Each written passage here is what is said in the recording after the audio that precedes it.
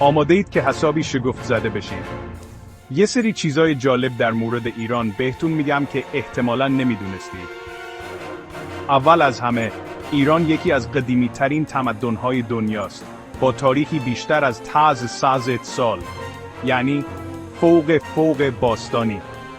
بعدش، ایران هالیوود خودشو داره، به اسم سینمای ایران، که کلی فیلم عالی ساخته که دنیا رو تحت تاثیر قرار داده. چه جادوی سینما! میدونستید ایران یکی از بزرگترین تولید کننده های زعفرانه؟ این ادویه طلایی فقط برای غذاهای آنچنانی نیست، تقریباً هموزن طلاست. و این یکی رو داشته باشید، ایران نسخه خودشو از گرند کنیون داره به اسم در الموت، یه جای عالی برای اونایی که عاشق ماجراجویی هستن. پس دفعه بعدی که به ایران فکر میکنید، یادتون باشه که ایران خیلی چیزای بیشتری از بیابون و خرابه‌های باستانی داره. کنجکاو بمونید رفقا.